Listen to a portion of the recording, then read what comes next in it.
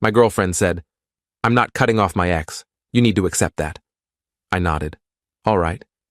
She smiled, relieved. "See? I knew you'd be mature." I added, "I'll just remove myself from this situation." She frowned.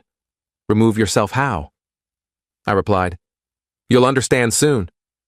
I'm 35, and I've been in my fair share of relationships, enough to know what's normal and what's a red flag dressed up as friendship." We'd been dating for about 14 months when this conversation happened. Things had been good, or so I thought. We had our own places but spent most nights together. The kind of relationship where you start talking about future plans without it feeling forced. Her ex was always there, though, in the background, little comments here and there. He texted me something funny today. He's going through a rough time, so I'm just being supportive. I tried to be understanding at first. I'm not the jealous type. I believe exes can be friends under the right circumstances. But the circumstances weren't right. It started bothering me about 3 months ago. The frequency of their contact increased. Late-night texts that she'd laugh at while we were watching TV. Lunch meetups that she'd mention casually, like they were no big deal. Phone calls that she'd take in another room because he needs advice about something personal. I noticed she'd check her phone constantly when we were together. At dinner, during movies, even during conversations. Her attention was always divided. I'd be telling her about my day, and she'd glance at her phone mid-sentence. When I'd pause, she'd look up and say, "Sorry, what?" with this distracted smile. Last Tuesday, I finally brought it up. We were having dinner at her place. She'd made this pasta dish she knows I love, and her phone kept buzzing. Every time she'd glance at it and smile. "Is that him?" I asked, trying to keep my tone neutral. "Yeah, he's telling me about this thing that happened at his work. It's actually hilarious." "You talk to him a lot." She put her fork down. "Is this going to be a thing?" "I'm just noticing a pattern. We're friends. I've told you this. Friends don't text each other at 11 at night multiple times a week. He's going through stuff. I'm being supportive." "What kind of stuff?" "Personal stuff. He's struggling with some things." "And he can't talk to anyone else about it?" She crossed her arms. "Why are you being like this?" "Like what? Concerned that my girlfriend is more emotionally available to her ex than to me?" "That's not fair. I'm plenty emotionally available to you." "Are you? Because lately it feels like I'm competing for your attention." She sighed, one of those long, dramatic sighs that's meant to communicate how unreasonable I'm being. "I'm not cutting him off. He's important to me. You need to accept that." I sat there for a moment, looking at her. Really looking at her. And I realized something. She'd already made her choice. She was just waiting for me to fall in line. "All right," I said quietly. She seemed surprised by my calm response. "Really? Just like that?" "Yeah, I accept it." She smiled, visibly relaxed. "See? I knew you'd be mature about this. This is why I love you. You're so understanding. I'll just remove myself from this situation." Her smile faded. "Remove yourself how?" "You'll understand soon." Update 1. The conversation ended awkwardly after that. She kept pressing me on what I meant, but I just said I was tired and needed to go home. She seemed confused and maybe a little worried, but she let me leave. I drove home in silence, my mind clearer than it had been in weeks. I wasn't angry. I was just done. There's a difference between jealousy and recognizing when you're not a priority. I'd been trying to convince myself that her relationship with her ex was innocent, that I was being insecure. But I wasn't insecure. I was being disrespected. When I got home, I sat in my car for 10 minutes, just processing everything. The apartment building was quiet, lights flickering in various windows, other people living their lives, dealing with their own problems. I wondered how many of them were in relationships where they felt secondary, optional, like a convenience rather than a choice. I went inside and made a decision. I wasn't going to fight for her attention. I wasn't going to compete with her ex. I was just going to quietly extract myself from the situation and let her figure out what she'd lost when it was too late. Wednesday morning, she texted me, "Are you mad?" I replied, "No." "Then what did you mean last night?" "Exactly what I said." "That's not an answer." I didn't respond. She called me during my lunch break. I let it go to voicemail. She called again an hour later. Voicemail again. Then came a string of texts. "Can we please talk? You're freaking me out. Did I do something wrong? Why are you being like this?" I went about my day as normal. Worked, ran errands, grabbed groceries. Every mundane task felt lighter somehow, like I was shedding weight I hadn't realized I was carrying. That evening, I went to the gym instead of going to her place like I usually did on Wednesdays. Worked out for 2 hours, came home, made dinner, watched a movie. Alone. It felt good. Peaceful. No phone buzzing constantly. No divided attention. Just me and my own thoughts. She texted at 9 p.m. "Are you coming over?" Me. "No, not tonight." Her. "Why not?" Me. "I have some things to take care of." Her. "What things?" Me. "Just stuff." Her. "This is because of last night, isn't it?" I didn't respond. Update 2 Thursday was more of the same. Minimal responses to her texts. Didn't answer her calls. I wasn't being deliberately cruel. I was just creating distance. The same distance she'd been creating between us for months, except I was doing it intentionally. I met up with an old friend for drinks Thursday evening. We hadn't hung out in months. I'd been so wrapped up in the relationship that I'd neglected my friendships. We talked about work, about life, about nothing in particular. It reminded me what it felt like to have someone's full attention in a conversation. No phone checking, no distracted glances, just two people actually present with each other. "You seem different," my friend said halfway through the night. More relaxed. "Yeah," I said. "I think I'm finally making some decisions I should have made months ago." Friday evening, she showed up at my apartment unannounced. I'd just gotten home from work, still in my work clothes, when I heard the knock. "We need to talk," she said when I opened the door. "Okay. Can I come in?" I stepped aside. She walked in, and I could see she'd been crying. Her makeup was smudged, eyes red and puffy. Part of me felt bad. The other part remembered all the times I'd felt dismissed or secondary to her ex. "What's going on?" she asked, sitting on my couch. "Why are you shutting me out?" "I'm not shutting you out. I'm removing myself from the situation like I said I would." "What does that even mean?" "It means I'm not going to be in a relationship where I'm constantly competing for my girlfriend's attention with her ex." "You're not competing." "I am, though. Every time we're together, he's texting you. Every time we make plans, you mention something he said or something you did with him. You take his calls in the other room because what he's going through is personal. But you won't even consider how that makes me feel. I didn't realize it bothered you that much. I told you on Tuesday. You told me to accept it. I didn't mean... I thought you were okay with it. You said, all right. I said all right to accepting that you won't cut him off. And I am accepting it. I'm just also accepting that this relationship isn't what I want." Her face went pale. "You're breaking up with me?" "I'm choosing myself. You've been choosing him for months. I'm just finally making the same choice, putting myself first." "That's not fair. I haven't been choosing him.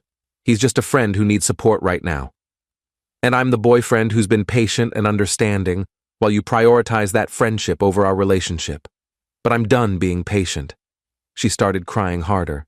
"Please don't do this. I love you. I'll talk to him less if that's what you want." "That's not what I want. I want a partner who doesn't need to be asked to prioritize our relationship. I want someone who naturally understands that some boundaries are important, even with friends. I can do that. I will do that. You had months to do that, you didn't. And when I finally brought it up, you told me to accept it, or basically implied I was being controlling. I didn't say that. You didn't have to. Your response made it clear that maintaining your relationship with him was more important than addressing my concerns. She sat there crying for a few minutes. I didn't comfort her. I just waited. The silence stretched between us, filled only by her sniffling and the hum of the refrigerator in the kitchen. "So that's it?" she finally asked. 14 months and you're just done? I'm done being second place.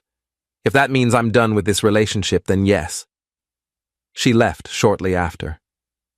I closed the door behind her and felt this wave of relief wash over me, like I'd been holding my breath for months and could finally exhale. Update 3. The weekend was quiet. She texted sporadically, messages that swung between apologetic and accusatory. "I'm sorry I made you feel that way," followed hours later by, "You're being unreasonable. I'm allowed to have friends." I kept my responses brief and neutral when I responded at all. Saturday, I deep cleaned my apartment, found little reminders of her everywhere, a hair tie on the bathroom counter, her favorite mug in my cabinet, a book she'd been reading that she left on my nightstand. I boxed it all up methodically, without emotion, just clearing space.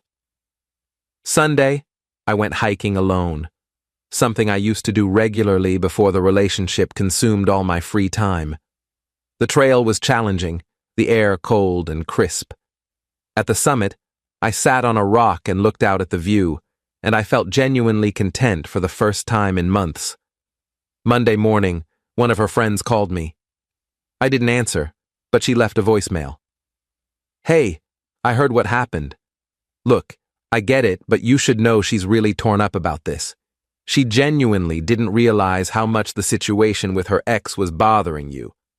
Maybe give her another chance." I listened to the voicemail twice, then deleted it. I didn't call back. Tuesday, I got a long text from her.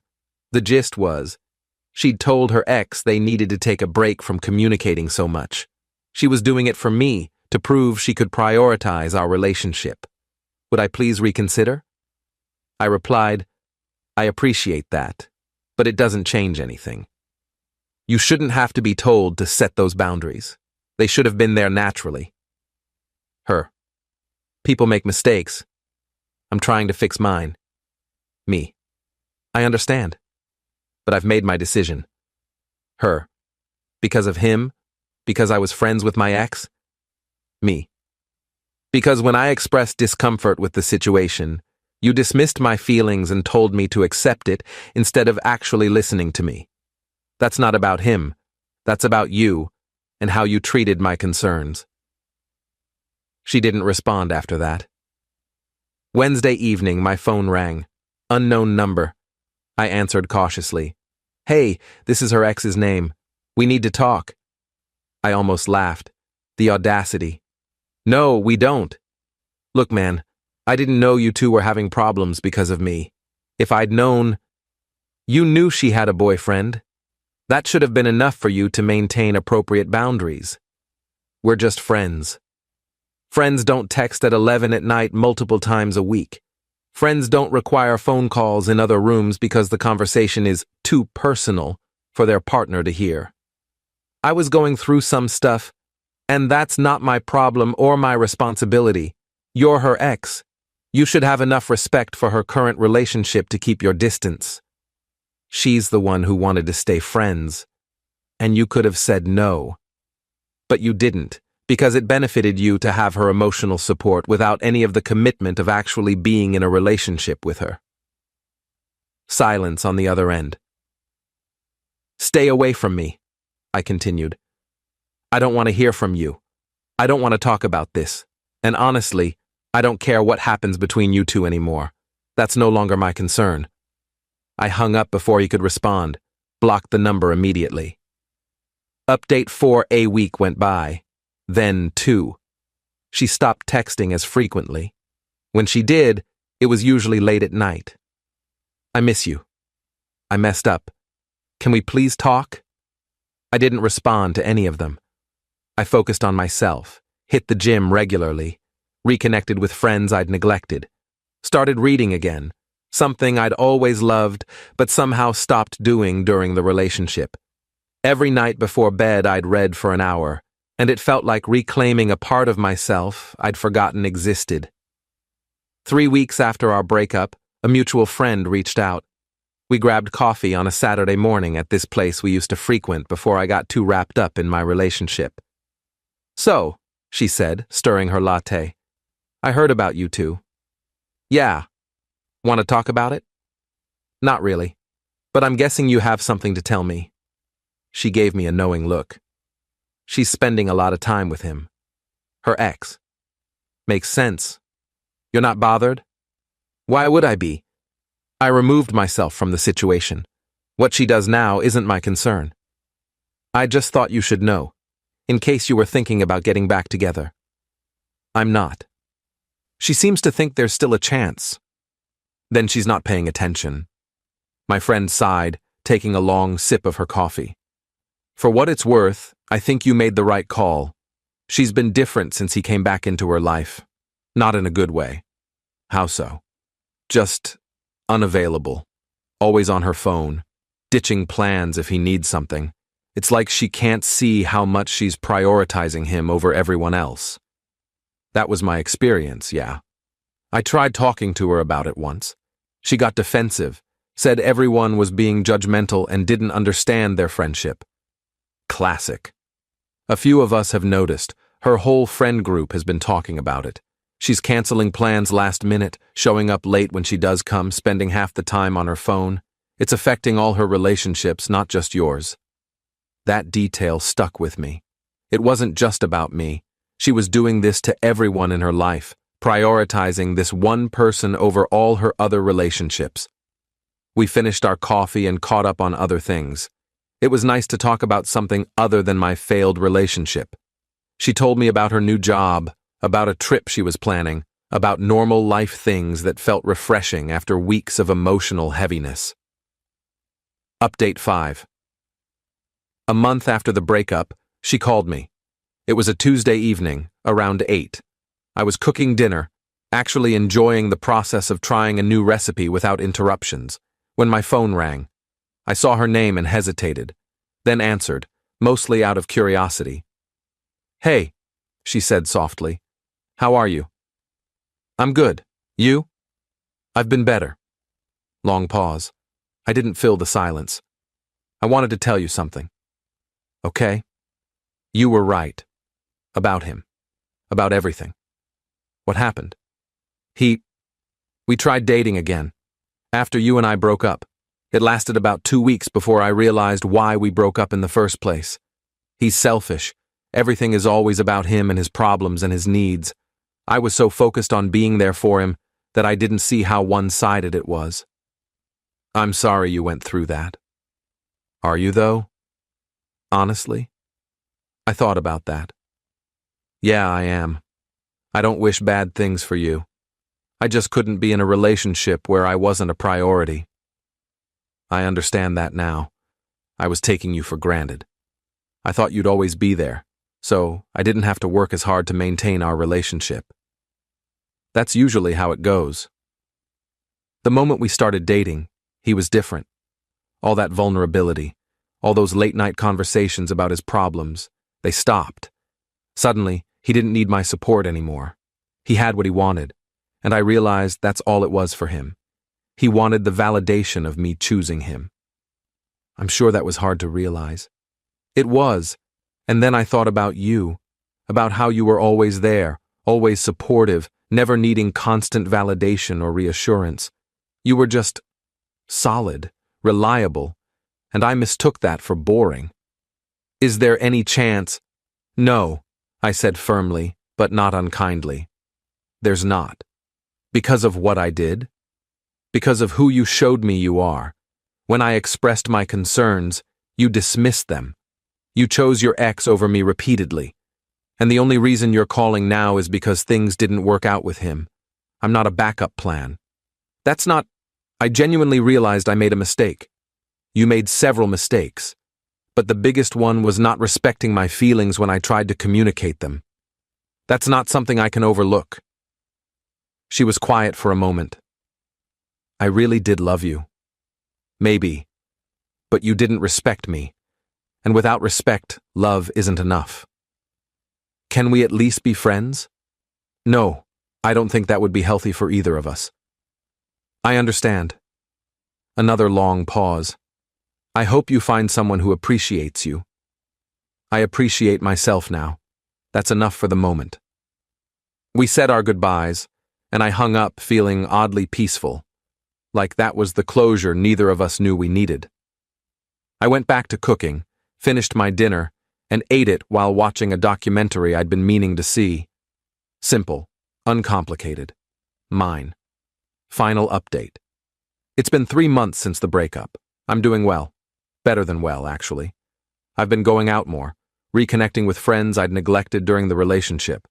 I started a new hobby, got into rock climbing, which is both physically challenging and mentally therapeutic. There's something about the focus required, the problem-solving aspect of finding the right route, that clears my mind completely. I joined a climbing gym and go 3 times a week. Made some friends there. One of them invited me to a group trip next month to an outdoor climbing spot. I said yes, without hesitation. Old me would have checked with my girlfriend first, made sure it didn't conflict with her plans, considered whether she'd be upset about me going away for a weekend. New me just said yes because I wanted to go. I heard through the grapevine that she and her ex aren't together. Apparently, they tried dating twice after we broke up, and it fell apart both times for the same reasons it didn't work before. Some people never learn. According to mutual friends, she's been struggling with the aftermath, realizing that she burned multiple bridges, not just ours, for someone who was never really that invested in her. I've been on a few dates, nothing serious yet, but I'm not rushing into anything. I'm being more intentional about what I want and what I won't tolerate. Boundaries are non-negotiable now. If someone can't respect them, I'm out. No discussion, no second chances for fundamental issues. Met someone recently who seems promising. She's a graphic designer, funny, smart, has her own life and interests. We've been on 3 dates so far. What I appreciate most is how present she is. When we're together, her phone stays in her purse. She asks questions and actually listens to the answers. She talks about her ex occasionally. They dated years ago and had an amicable split, but it's always in past tense, with clear boundaries. That's what healthy looks like. A friend asked me recently if I regretted how I handled things. We were at a barbecue, a few beers in, and he just came out with it. Do you think you should have tried harder, given her more chances? I thought about it. No. I communicated my concerns clearly. She made her choice, and I made mine. I removed myself from a situation that wasn't serving me. There's no regret in choosing yourself. That's pretty mature of you. It wasn't maturity, it was self-preservation. I just got tired of being an option instead of a priority. Last week I ran into her at a mutual friend's party. It was brief. A polite hello, a quick catch-up, nothing substantial. She seemed okay, I was okay. We were both okay, just separately. And that's probably how it should have been all along. She looked different. Tired, maybe. Or just older. She asked how I'd been, and I gave her the abbreviated version. Work's good, picked up rock climbing, keeping busy. She told me she'd been doing some soul-searching, going to therapy, trying to work on herself. I told her that was good, that I was glad she was taking care of herself, and I meant it. The thing about removing yourself from a toxic situation is that people don't realize how serious you are until you're already gone. She thought I was bluffing, thought I'd fight for her, chase her, beg her to choose me over her ex. But I didn't. I just quietly stepped back and let her figure out what she really wanted. By the time she realized what she'd lost, I'd already moved on. And that's not revenge or spite. That's just the natural consequence of taking someone for granted. Life goes on. I'm building something better now. Something that's just mine. And when I do eventually let someone in again, they'll understand from day one that I'm not the type to compete for attention or settle for being second place. I'm too old for that. I've learned my worth, and I'm not negotiating on it anymore. That conversation in her apartment, when she told me to accept her relationship with her ex, was the best thing that could have happened. It showed me exactly who she was and what she prioritized, and it gave me the clarity to walk away with my head held high. Sometimes the most powerful thing you can do is just remove yourself from the equation. No drama, no big confrontation, no trying to change someone's mind. Just a quiet exit, and the refusal to be treated as less than you deserve. She understands now what I meant when I said I'd remove myself. And honestly, I hope she takes that lesson into her next relationship. I hope she learns to appreciate people while she has them. I hope she sets better boundaries with exes and understands that some friendships aren't worth maintaining if they cost you better relationships. But that's not my concern anymore. I removed myself, and I'm better for it. I wake up every morning without that knot in my stomach. I go through my day without checking my phone anxiously. I make plans without wondering if she'll cancel because he needs something. I'm just free. And that feeling is worth more than any relationship that makes you question your worth.